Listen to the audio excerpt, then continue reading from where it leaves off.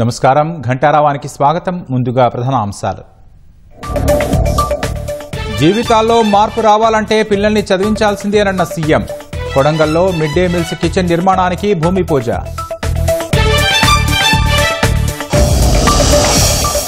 Telangana నోయిడాగా కొడంగల్ను తీర్చిదిద్దుతామన్న CM.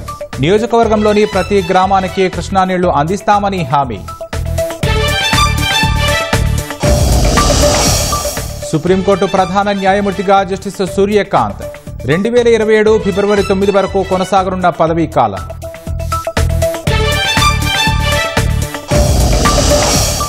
Bollywood దిగ్గజ నటుడు ధర్మేంద్ర కన్నుమూత. నివాళులర్పించిన సినీ రాజకీయ ప్రముఖులు.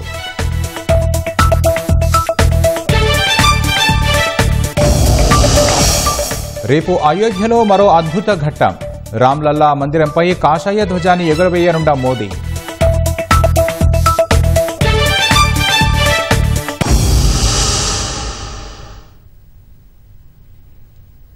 హైదరాబాద్ సనత్ నగర్ ఈఎస్ఐలో ఆసుపత్రి పునర్నిర్మాణ పనుల్లో ప్రమాదం చోటు చేసుకుంది. 5గురు గాయపడ్డారు. ఇందుకు సంబంధించిన మరింత సమాచారం మా ప్రతినిధి పవన్ ప్రత్యక్ష ప్రసారం ద్వారా అందిస్తారు. సనత్ నగర్లోని ఈఎస్ఐ ఆసుపత్రిలో దారుణం చోటు చేసుకుంది. కార్మికులు ఇక్కడ ఆసుపత్రికి సంబంధించి పునర్నిర్మాణ పనులు జరుగుతుండగా ఒక్కసారిగా పైనుంచి క్రేన్ కూలి కింద పడడంతో అయితే కార్మికులు తీవ్రంగా గాయపడ్డారు. వారిలో ఒకరైతే మృతి చెందినట్టుగా కూడా తెలుస్తుంది. మరో 4 తీవ్రంగా గాయాల పాలై ఇదే ఆసుపత్రిలో చికిత్స పొందుతున్నారు. ప్రస్తుతం మనం ప్రమాదం జరిగినటువంటి ప్రాంతాన్ని ఒక్కసారి చూసుకోవచ్చు. ఈఎస్ఐ ఆసుపత్రిలో ఇప్పుడు మొత్తం ఒక సెంటరింగ్ని ఏర్పాటు చేసి ఇక్కడ రినోవేషన్ పనులను అయితే చేపట్టారు. పూర్తిగా ఇక్కడ నుంచి మనకు మధ్యలో కనిపిస్తున్నటువంటి అక్కడ ఈ రకంగానే కూడా అక్కడ కూడా ఒక సెంటరింగ్ ఏర్పాటు చేశారు.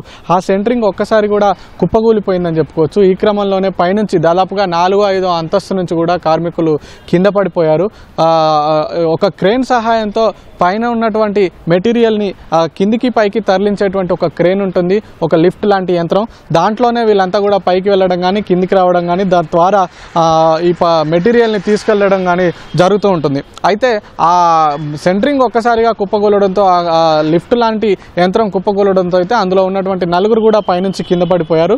అయితే కిందనే ఉన్నటువంటి సూపర్వైజర్ కూడా ఈ ప్రమాదంలో గాయపడ్డాడు. అతని మీద కూడా పడడంతో అయితే అతను తొలుతగా తీవ్రంగా గాయపడ్డాడు. సూపర్వైజర్ భానుచందర్, ఈ సూపర్వైజర్ కింద ఉన్నటువంటి సూపర్వైజర్ భానుచందరే సబ్ కాంట్రాక్టర్ ఎవరైతే ఉన్నారో ఆయన తీవ్ర గాయాల పాలై ప్రస్తుతం చికిత్స పొందుతూ మృతి చెందినట్టుగా కూడా తెలుస్తుంది. మనం చూడొచ్చు ఇక్కడ ఉన్నటువంటి ఈ గ్రానైట్స్. అయితే గతంలో ఇది వెయిటింగ్ హాల్గా ఉండేది ఈఎస్ఐ ఆసుపత్రిలో.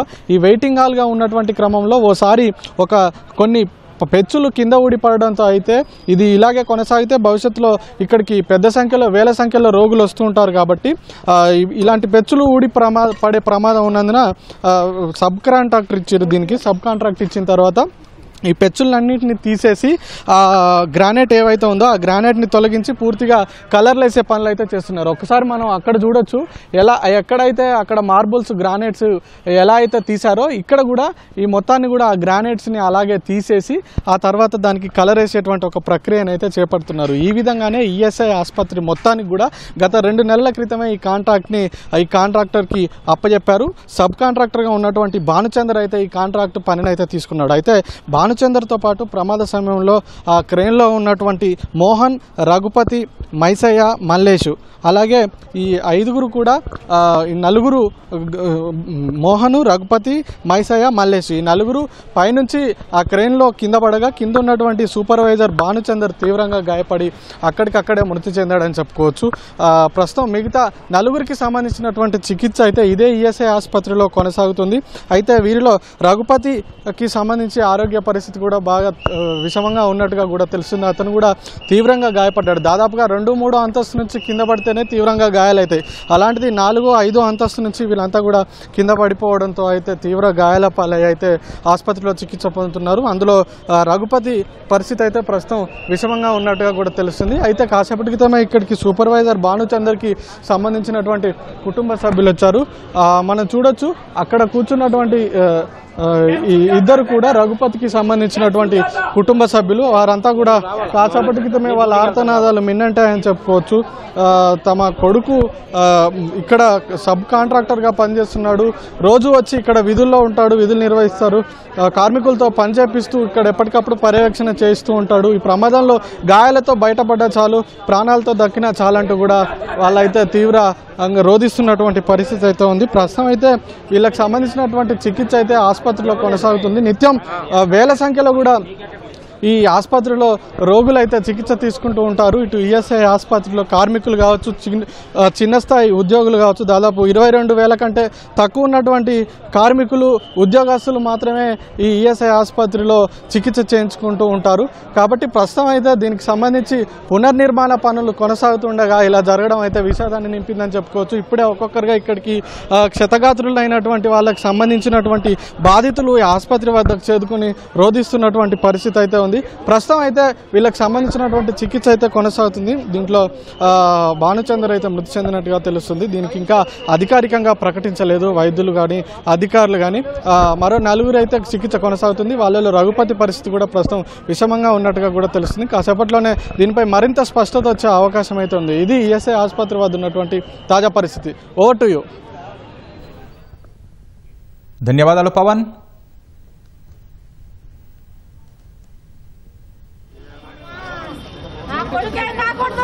ఏం రాదు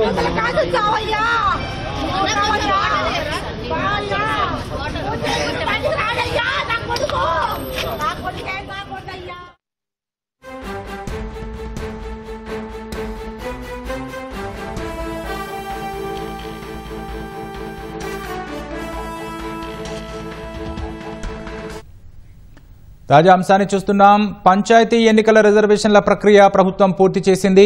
ఈ మేరకు రాష్ట్ర ఎన్నికల సంఘానికి వివరాలు సమర్పించి ఎన్నికలకు సిద్ధంగా ఉన్నామని ఎస్సీసీకి తెలిపింది. ఇక పూర్తి వివరాలు మా ప్రతినిధి నగేష్ చారిని అడిగి తెలుసుకుందాం. నగేష్ చారి, చెప్పండి, పంచాయతీ ఎన్నికల రిజర్వేషన్ల ప్రక్రియకు సంబంధించి వివరాలేంటి?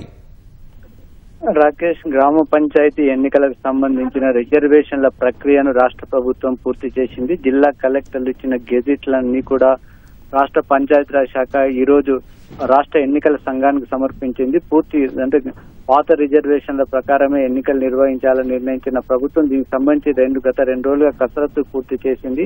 బీసీ, ఎస్సీ, ఎస్టీల రిజర్వేషన్స్ అన్ని కూడా పూర్తి చేసి, అదేవిధంగా లాటరీల ద్వారా మహిళా రిజర్వేషన్లు కూడా పూర్తి చేసి వీటికి సంబంధించిన గెజిట్లను జిల్లాల్లో జారీ చేశారు. అవన్నీ కూడా రాష్ట్ర ప్రభుత్వం ఈ రోజు ఎస్సీసీకి సమర్పించారు. అదేవిధంగా రాష్ట్ర పంచాయతీలు సర్పంచ్, వార్డు సభ్యుల ఎన్నికలకు సంబంధించి తాము పూర్తి సిద్ధంగా ఉన్నట్టు రాష్ట్ర ప్రభుత్వం కంకరెన్స్ తెలుపుతూ ఎస్సీసీకి లేఖ రాసింది. రాష్ట్ర ప్రభుత్వానికి సంబంధించిన ప్రక్రియ అంతా కూడా ఈ నేటితో పూర్తయింది. ఇక రాష్ట్ర ఎన్నికల సంఘం నోటిఫికేషన్ ఇవ్వాల్సి ఉంటుంది. అయితే ఈ రోజు హైకోర్టులో దానికి సంబంధించిన పిటిషన్ పైన విచారణ జరుగుతుందని భావించారు. అయితే ప్రధాన న్యాయమూర్తి సెలవులో ఉన్నందున ఈ రోజు విచారణ జరగలేదు. ఒకవేళ రేపు ఈ అంశం పైన విచారణ వచ్చే అవకాశం ఉన్నట్టుగా భావిస్తున్నారు. ఒకవేళ రేపు విచారణ రాకపోయినా ప్రధాన న్యాయమూర్తి ముందు ఈ అంశాన్ని ప్రస్తావించి రేపు హైకోర్టులో దీనికి సంబంధించిన విచారణ పూర్తి కాగానే ఎన్నికల నోటిఫికేషన్ ఇవ్వాలని రాష్ట్ర ఎన్నికల సంఘం కూడా పూర్తి స్థాయిలో సన్నద్ధంగా ఉంది. రాష్ట్ర వ్యాప్తంగా 12,733 పంచాయతీల్లోని 1,12,288 వార్డుల్లో 3 విడతలుగా ఈ ఎన్నికలు నిర్వహించేందుకు రాష్ట్ర ఎన్నికల సంఘం పూర్తి స్థాయిలో ఇప్పటికే ఏర్పాట్లు చేసింది. ఈ రోజు ఎన్నికల అబ్జర్వర్లతో కూడా ఎస్సీసీ రాణి కుందిని వీడియో కాన్ఫరెన్స్ నిర్వహించారు. ఎన్నికలకు సంబంధించిన పూర్తి ఏర్పాట్లకు సన్నద్ధంగా ఉండాలని ఆదేశించారు. అదే పోలింగ్ జరిగిన రోజే వెంటనే సర్పంచ్ ఎన్నిక కూడా పూర్తి చేసి మొత్తం డిసెంబర్ 17వ తేదీ కల్లా ఈ ప్రక్రియ అంతా కూడా పూర్తి చేసే విధంగా అటు ఎస్సీసీ కూడా పూర్తి స్థాయిలో సన్నద్ధంగా కనిపిస్తుంది. పోలీస్ శాఖ, ఇతర అధికారులు కూడా పూర్తి స్థాయిలో ఏర్పాట్లు చేసి వాటన్నిటికి సిద్ధంగా ఉన్నట్టు ఇప్పటికే ఎస్సీసీకి నివేదిక పంపించారు. రాకేష్, ధన్యవాదాలు నగేష్ చారి.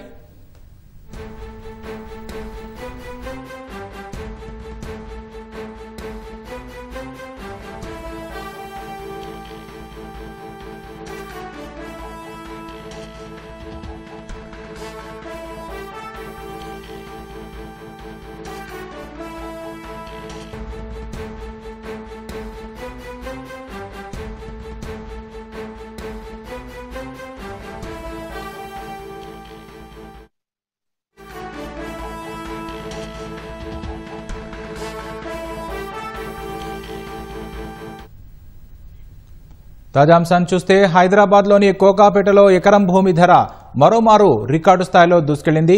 పూర్తి వివరాలు మా ప్రతినిధి శ్రీకాంత్ నుండి తెలుసుకుందాం. శ్రీకాంత్, చెప్పండి, నియోపోలిస్ లో భూముల వేలం ఎలా సాగింది? పూర్తి వివరాలేంటి? నియోపోలిస్ లో ఉన్న హెచ్ఎండిఏకి సంబంధించిన భూములకు సంబంధించి హెచ్ఎండిఏ ఈ వేలం వేసింది. దీనిలో ఈ నెల 20వ తేదీనే బిడ్ లో భాగంగా ఈఎండి దాఖలు చేశారు. 5 కోట్ల రూపాయలతో ఈఎండి దాఖలు చేసిన చాలా మంది గుత్తేదారులు ఆ తర్వాత భూమిని దక్కించుకోవాలనుకున్నారు, వేలం పాటలో పాల్గొనాలనుకున్నవారు ఈ రోజు 11 గంటల నుంచి 2 గంటల మధ్యలో ఈ వేలంలో వేలం పాటలో పాల్గొంటే ఇందులో హెచ్ఎండిఏకి సంబంధించిన భూములు 2 ఫ్లాట్లుగా విభజించారు. కోకాపేటలోని నియోపోలిస్ లేఅవుట్ లో 17వ ఫ్లాట్ నెంబర్ లో 4.59 ఎకరాలు, 18వ ఫ్లాట్ లో 5.3 ఎకరాలు, మొత్తం హెచ్ఎండిఏ ప్రారంభ ధరగా 99 కోట్లు నిర్వహించింది 2 ఫ్లాట్లలో. అయితే 18వ ఫ్లాట్ లో ఎకరా భూమికి 137.25 కోట్ల రూపాయలుగా పలికింది 18వ ఫ్లాట్ లో. 17వ ఫ్లాట్ లో మాత్రం కాస్త తక్కువ ధర పలికింది. అయితే ఈ విధంగా మొత్తం దాదాపు హెచ్ఎండిఏకు భారీగా లాభ ఆదాయం లభించింది. ఈ మొత్తం దాదాపు 9.99 ఎకరాల ద్వారా 1355 కోట్ల రూపాయలకు పైగా ఆదాయం కూడా హెచ్ఎండిఏకు సమకూరింది. 2022లో కూడా హెచ్ఎండిఏ ఆధ్వర్యంలో అక్కడ నియోపోలిస్ లో భూముల వేలం నిర్వహించారు. అక్కడ ఎకరా 100 కోట్లు పలికింది. దాదాపు 3 ఏళ్ల వ్యవధిలోనే అదనంగా 30 కోట్లకు పైగా ఎక్కువగా పలికింది ఎకరా భూమి ధరంపై.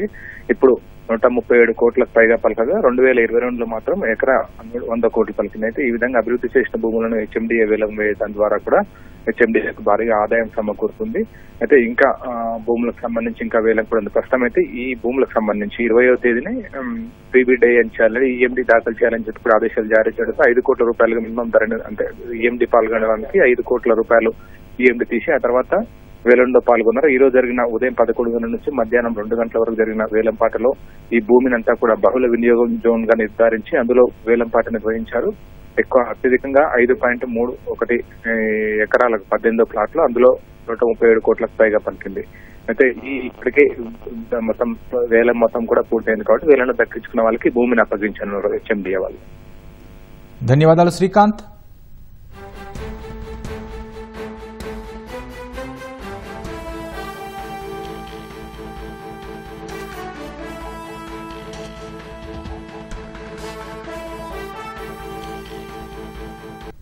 త్వరలో రాబోయే పంచాయతీ ఎన్నికల్లో గ్రామాన్ని అభివృద్ధి చేసే అభ్యర్థులను, యువకులను సర్పంచులుగా ఎన్నుకోవాలని ముఖ్యమంత్రి రేవంత్ రెడ్డి ప్రజలను కోరారు. ఎట్టి పరిస్థితుల్లోనూ అభివృద్ధిని అడ్డుకునే వారికి అవకాశం ఇవ్వొద్దని సూచించారు. సొంత నియోజకవర్గం కొడంగల్లో ముఖ్యమంత్రి రేవంత్ రెడ్డి విస్తృతంగా పర్యటించారు. హరేకృష్ణ ఫౌండేషన్ ఆధ్వర్యంలో ఏర్పాటు చేసిన మధ్యాహ్న భోజన కిచెన్ షెడ్ నిర్మాణానికి భూమి పూజ చేశారు. 10,000 కోట్లతో చేపట్టబోయే పనులను ప్రారంభించినట్లు వివరించారు. తెలంగాణ నోయిడాల అంతర్జాతీయ ఎడ్యుకేషన్ హబ్గా కొడంగల్ను తీర్చిదిద్దుతామని స్పష్టం చేశారు.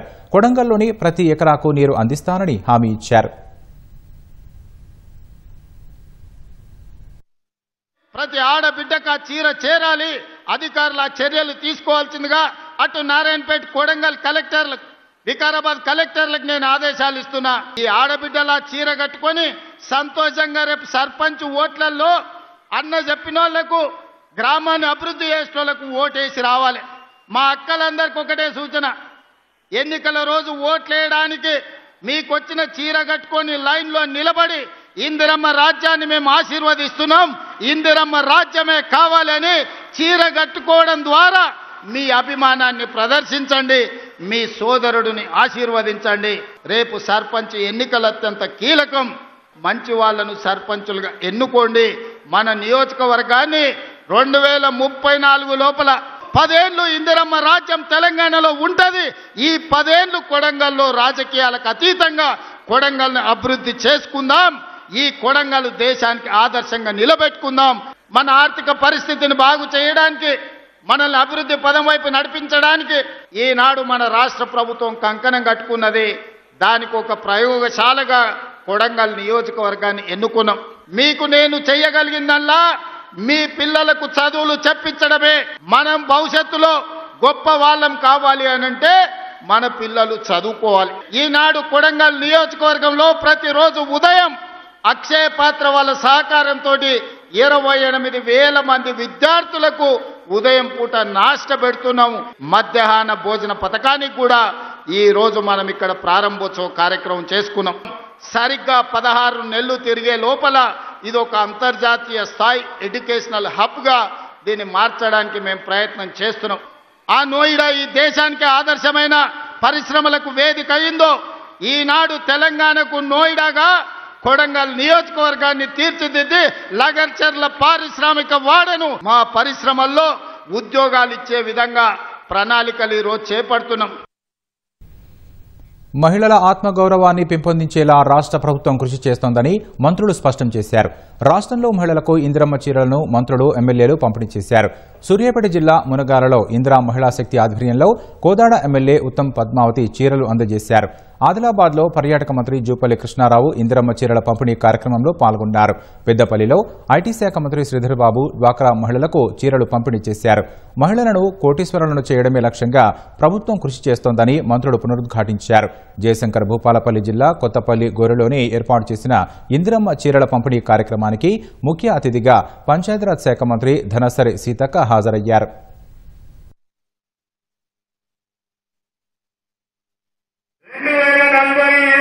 తెలంగాణ రైజింగ్ అని ఒక నినాదం తీసుకొని మేము చేస్తా ఉన్న ప్రయత్నంలో మహిళా సోదరుమని ఎవరికైతే పారిశ్రామికవేత్తగా స్వయం ఉపాధి చేసుకుని ముందుకు పోవాలని ఆలోచన చేస్తా ఉన్న సోదరుమని కోటీశ్వరులను చేయాలనే ఒక ఆలోచన పెట్టుకుని బ్యాంకు లింకేజీలు కానీ దాని తదుపరి పరిశ్రమలకు సంబంధించిన పారిశ్రామిక పార్కులను ఏర్పాటు చేసుకుని వారిని ముందుకు తీసుకెళ్లే ప్రయత్నం చేస్తా ఉన్నాం.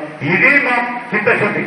ఓట్లు వచ్చినప్పుడు ఎవరికి ఇష్టం ఉంటే వాళ్ళకి ఓట్లు వేసుకోండి, కానీ ఓట్లు అయిపోయిన తర్వాత రచ్చగడ్డ కూర్చొని అందరూ కూర్చొని మాట్లాడుకుని ఏం చేయాలి, ఎట్లా చేయాలని నిర్ణయాలు తీసుకోవాలి.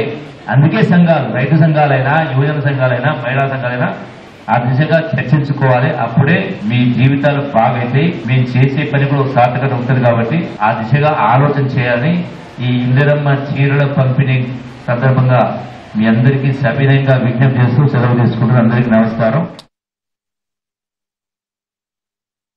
మీ అందరికీ ఒక డౌట్ ఉండొచ్చు, ఎందుకు ఇందిరమ్మ పేరు ఇందిరమ్మ మహిళా శక్తి అని అనుకోవచ్చు. ఇందిరమ్మ శక్తి ప్రతి మహిళకు రావాలి అని. ఇందిరాగాంధీ ఒక శక్తివంతరాలైనటువంటి మహిళ. ఈ రోజు మహిళలందరూ కూడా ఆర్థికంగా ఎదగాలి, డబ్బులు ఉండాలి, గుండె ధైర్యం ఉండాలి. అందుకనే ఆ ఇందిరమ్మ పేరు. ఐబొమ్మ నిర్వాహకుడు రవి పోలీస్ కస్టడీ ముగిసింది. 5 రోజుల కస్టడీలో సైబర్ క్రైమ్ పోలీసులు పలు విషయాలు సేకరించారు. ఇందుకు సంబంధించిన మరింత సమాచారం మా ప్రతినిధి రమేష్ అందిస్తారు. ఐబొమ్మ నిర్వాహకుడు రవిని ఈరోజు పోలీస్ కస్టడీ ముగిసడం జరిగింది. కస్టడీలో భాగంగా కొన్ని కీలక విషయాలు అయితే పోలీసులు వివరాలు అయితే సేకరించడం జరిగింది. ప్రస్తుతం అంటే అడ్వకేట్కి సంబంధించి ఇమ్మడి రవికి సంబంధించిన అడ్వకేట్ శ్రీనాథ్ మనతో ఉన్నారు. వారిని అడిగి మరిన్ని తెలుసుకుందాం. సార్, ఇప్పటికే కస్టడీకి సంబంధించి పోలీసులు కొంత సమాచారం రాబట్టారని తెలుస్తుంది. కస్టడీలో మీరు కోర్టులో వాదించడం ఏంటంటే 111 BNS యాక్ట్ ఏదైతే ఉందో అది కేవలం 10 ఏళ్ల లోపు జైలు శిక్ష ఉంటుంది. కాబట్టి దాన్ని ఎలాంటి నోటీసులు ఇవ్వకుండా ఈ సెక్షన్ అమలు చేశారని చెప్పి వాదించడం జరిగింది. అసలు ఈ సెక్షన్లకు సంబంధించి ఏ విధంగా ఉన్నాయి? మేము అటువంటి వాదనలు ఏం చేయలేదండి. పోలీస్ వాళ్ళు వాళ్ళ రిమాండ్ రిపోర్ట్లో 111(2) సబ్-క్లాస్ 2 ఆర్గనైజ్ క్రైమ్ ఏదైతే ఉందని అప్లికబుల్ అని చెప్పేసి పోలీస్ వాళ్ళు రిమాండ్ రిపోర్ట్లో యాడ్ చేయడం జరిగింది. కానీ జడ్జి గారు రిమాండ్ యాక్సెప్ట్ చేసేటప్పుడే ఈ 111(2) ఆర్గనైజ్ క్రైమ్ దీనికి వర్తించదని చెప్పేసి జడ్జి గారు తీసుకోలేదు. ఇంకొక సెక్షన్ 338 ఏదైతే ఉందో అది అప్ టు 10 years ఉంటుంది. కాబట్టి అందుకని రిమాండ్ తీసుకోవడం జరిగినది. సో 111(2) మీద ఎటువంటి వాదనలు జరగలేదు. జడ్జి గారే రిమాండ్ తీసుకునే టైంలోనే తీసుకోలేదు. అది షీ హెస్ రిజెక్టెడ్ 111(2). మీరు బెయిల్ పిటిషన్ కూడా వేసినట్టు తెలుస్తుంది. వాళ్ళకి కౌంటర్ వేయాలని చెప్పి ఎంత సమయం ఇచ్చారు? ఇంత బెయిల్ పిటిషన్ ఫైల్ అయింది. రేపటికి టైం తీసుకున్నారు ఆర్గ్యుమెంట్స్ కౌంటర్కి. రేపు కౌంటర్ పీపీఆర్ ఫైల్ చేసిన తర్వాత రేపు వాదనలు అవుతాయి. రవి మీద ఇప్పటికి మొత్తం 5 కేసులు అయినట్టు సమాచారం ఉంది. అయితే ఏ కేసుల మీద దాని మీద కూడా కేసులు అయినట్టు మీ దృష్టికి రావడం జరిగింది? 5 కేసులు రిజిస్టర్ అయిన మాట వాస్తవం అండి. ఒక్క కేసులో రిమాండ్ చేసినారు 1555. 2 days బ్యాక్ పోలీస్ కస్టడీలో ఉన్నప్పుడు క్రైమ్ 347లో పీటీ వారెంట్లో మాకు నోటీస్ ఇవ్వడం జరిగింది. ఇంకో 3 క్రైమ్స్లో పీటీ వేయలేదు. మేము జడ్జి గారి దృష్టికి తీసుకెళ్ళినాము. కావాల్సుకొని పోలీస్ అధికారులు అన్ని కేసెస్లో ఒకటేసారి పీటీ కాకుండా విడతల వారిగా తీసుకుంటున్నారు. అన్నిట్లో డీమ్డ్ కస్టడీ తీసుకోమని కూడా మేము ప్రార్థన చేయడం జరిగినది. పోలీసుల దర్యాప్తులో భారత సిటిజన్ కాదని చెప్పి తర్వాత కరేబియన్ తర్వాత విదేశాలకు సంబంధించి కూడా పౌరసత్వం తీసుకురా అని చెప్పి కూడా అంటున్నారు. అది నిజమే ఉందా? Saint Kitts and navies citizenship ఉంది, అది నిజమే. సో దానికి ఈ కేసుకి పెద్ద డిఫరెన్స్ ఏం కాదు. ఫోర్జరీ కానీ తర్వాత ఇతర విదేశాలకు సంబంధించిన సెక్షన్లు కూడా ఫారినర్స్ యాక్ట్ ఫోర్జరీ అటువంటి సెక్షన్స్ అన్ని అప్లికబుల్ కాదు, వాళ్ళు కూడా పెట్టలేదు. ఓన్లీ వాళ్ళ ప్రకారం చీటింగ్ ఒకటి పెట్టినారు. మా వాదన కోర్టులో చీటింగ్ కూడా అప్లికబుల్ కాదని మేము చెప్తున్నాం. ఏం చెప్తున్నారు సార్ రవి కానీ? తర్వాత మీరు రవి కలవడం జరిగింది, రవి మాట్లాడడం జరిగింది, కానీ అతను తప్పు చేసినట్లు ఒప్పుకున్నాడా లేకపోతే ఏ విధంగా దాన్ని పశ్చాత్తాప? తను ఎటువంటి తప్పు చేసినా అని మేము కూడా కోర్టు కూడా ఇప్పుడు ఎవరినైనా ఏ ముద్దాయినైనా తన ముందు పెట్టిన తర్వాత తప్పు చేసిండని కంక్లూజన్కి రాదు. This is a preliminary stage. Nobody can decide. ఎవరు కూడా ఈ స్టేజ్లో తప్పు చేశాడో అని డిసైడ్ అయ్యే అవకాశం లేదు. Everybody is deem to be innocent until proved guilty. So జడ్జిమెంట్లో తను గిల్టీ అని వచ్చేంత వరకు ప్రతి ఒక్క మనిషి ఇన్నోసెంటే అనే ప్రిజంప్షన్ ఉంటుంది. కాబట్టి తను కూడా ముద్దాయి. ఇప్పుడు ఆయన ఓన్లీ ముద్దాయి, ఆయన ఇంకా కన్విక్ట్ కాదు. అంటే మిగతా వాటికి పీటీ వారెంట్ అంటే వేస్తా అని చెప్తున్నారు. ఎప్పటిలోపు వేసే అవకాశం ఉందని మీకు తెలుసు? వాళ్ళైతే ఇప్పటివరకు వేయలేదండి. మేము అన్నిట్లో డీమ్డ్ కస్టడీ అంటే మాకు వచ్చిన ఇన్ఫర్మేషన్ ప్రకారం 5 కేసెస్ కూడా ఒకటే పోలీస్ స్టేషన్. సో అదే పిఎస్లో ఉన్న ఏసీపీ గారే ఆ స్టేషన్కి ఎస్హెచ్ఓ. సో ఆయన దృష్టిలో అన్ని కేసులు ఉన్నాయి. అండ్ ఫస్ట్ కేసులో క్రైమ్ 155లో ఈ అన్ని కేసెస్లో తన ముద్దాయిని వాళ్ళే రాసినప్పుడు వాళ్ళు అన్నిట్లో పీటీ తీసుకోవాలి, కానీ ప్రొసీజర్ ప్రకారం తీసుకోవాలి. కావాల్సుకొని తీసుకోలేదు. మేము జడ్జి గారి దృష్టికి తీసుకొచ్చినాము. అన్నిట్లో డీమ్డ్ కస్టడీ యాక్సెప్ట్ చేయమని అడిగినాము.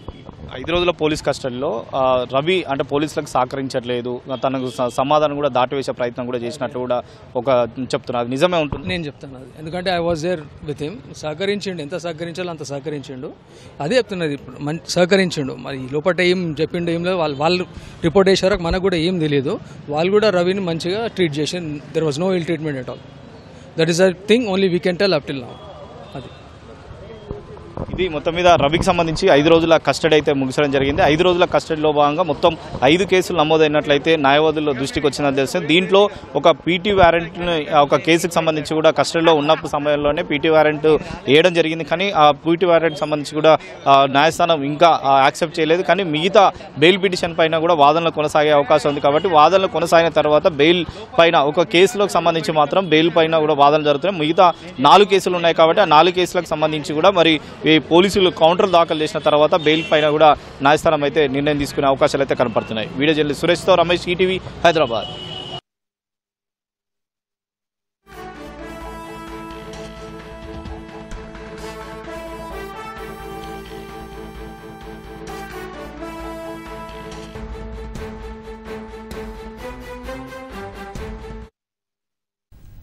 యువతలో నైపుణ్యాల పెంపు, పరిశోధనలో ఉద్యోగ అవకాశాలు కల్పించడమే లక్ష్యమని కేఎల్ విశ్వవిద్యాలయ ప్రవేశాల డైరెక్టర్ డాక్టర్ శ్రీనివాసరావు తెలిపారు.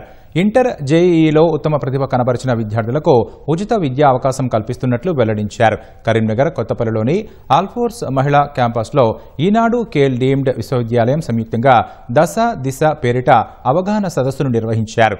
విద్యార్థులు ఇంటర్ చదువుతున్న సమయంలోనే భవిష్యత్ లక్ష్యాలను నిర్దేశించుకోవాలని వక్తలు సూచించారు.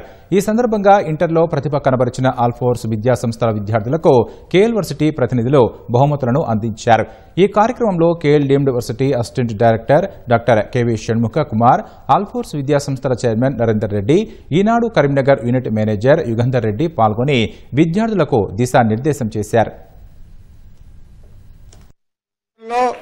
రష్యా, అమెరికా ఈ 2 యూనివర్సిటీల పిల్లలు పంపించారు శాటిలైట్ ని. తర్వాత ఇండియాలో కేఎల్ యూనివర్సిటీ నుంచి మాత్రమే 3 శాటిలైట్లు లాంచ్ చేయగలిగాం.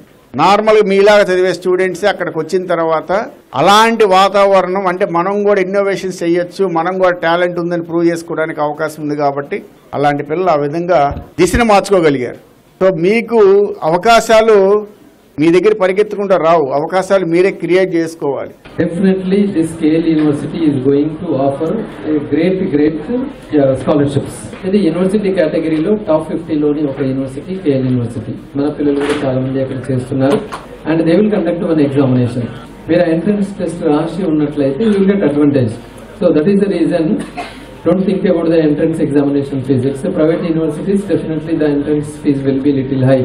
కానీ మీరు రాసి పెట్టినట్లయితే మీకు రేపు పొద్దున ఐఐటి ఎన్ఐటి రానప్పుడు ఈ ఎగ్జామ్ ద్వారా వీళ్ళ ఇచ్చిన ర్యాంక్, మెయిన్స్ పర్సంటైల్, ఇంటర్ మార్కులు ఇవన్నీ చూపించినట్లయితే definitely you will get good opportunities. యువత మెయిన్ ఏంటంటే పుస్తక పఠనం అనేది బాగా తగ్గిపోయింది. ఈ సోషల్ మీడియా వైపు ఎక్కువ వెళ్ళిపోతున్నారు. దాంట్లో మంచి ఎంత ఉంటుందో చెడు అంతకంటే డబల్ ఉంటుంది. ఇప్పుడు మన సమయాన్ని మనం వాడుకోకపోతే మనని ఇప్పుడు సోషల్ మీడియా వాడుకుంటుంది. ఆ సమయాన్ని మీరు మీ వృత్తి నిపుణులకు సంబంధించి కానీ ఎడ్యుకేషన్ మీద కానీ కొత్త టెక్నాలజీ మీద అవగాహన పెంచుకుంటే అది తర్వాత లైఫ్లో మీకు ఎంతో ఉపయోగపడుతుంది. ఈరోజు కేఎల్ యూనివర్సిటీ మాకు చాలా ఇన్స్పైరింగ్ వర్డ్స్ నేర్పించింది. బీటెక్లోకి వెళ్ళాక కంప్యూటర్ సైన్స్ తీసుకోవాలనుకుంటున్నా, ఇంజనీరింగ్ ఏ దారిలో వెళ్ళాలి, ఏం చేయాలనేది నేర్పించింది. ప్రతి ఇయర్ కేఎల్ యూనివర్సిటీ వాళ్ళు మాత్రమే కండక్ట్ చేస్తారు. మంచి మంచి విషయాలు, ఏ దారిలో వెళ్ళాలి, ఏ రూట్లో వెళ్తే బాగుంటుంది అనేది చెప్తారు. ఇవాళ కేఎల్ యూనివర్సిటీ వాళ్ళు ఇంటర్లో ఉన్నప్పుడే ఇంజనీరింగ్ ఏ కాలేజ్ చూస్ చేసుకోవడం అనేది డీటెయిల్ఫుల్గా ఎక్స్ప్లెనేషన్ ఇవ్వగలిగారు. కాబట్టి చాలా యూస్ఫుల్ అయిన ఇన్ఫర్మేషన్ మాకు దొరికింది అనుకుంటున్నాం.